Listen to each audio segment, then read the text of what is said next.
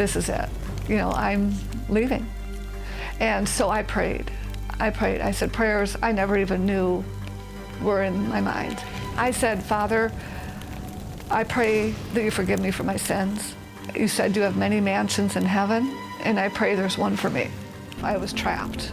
On the night of their 4th anniversary, Dan and Tracy Stadler were fighting for their lives inside their crushed and burning car. They had been hit head-on by a drunk driver who was going the wrong way down the interstate. The driver of the other vehicle was dead. Dan and Tracy were trapped and badly injured. The whole entire car was filled with smoke. I could smell the burning leather. I could smell the burning flesh.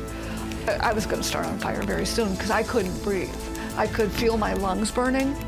Motorists arrived on the scene and quickly began rescue efforts to get them out of their burning car. I remember I looked up, and there he was.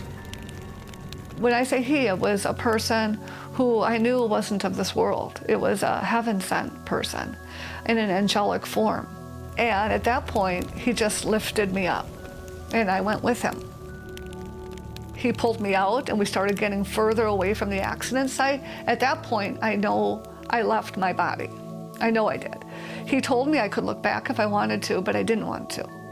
And the further we got away from the accident site, the more peace I felt, such peace. And the love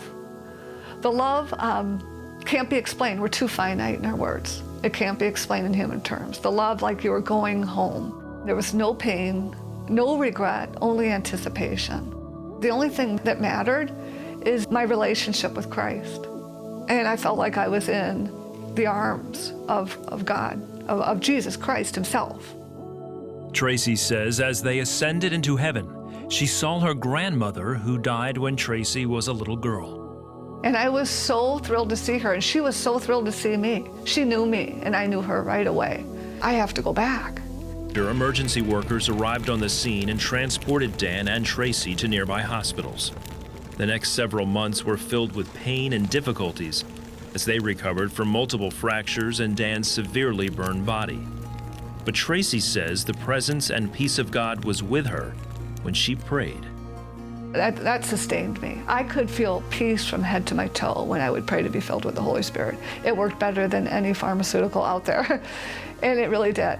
And the peace, again, I would be prayed to be filled with peace. In their book, Angels in the Fire, Dan and Tracy recount how God has used the crash to show his presence in their lives. They say they are thankful they've been given a second chance in life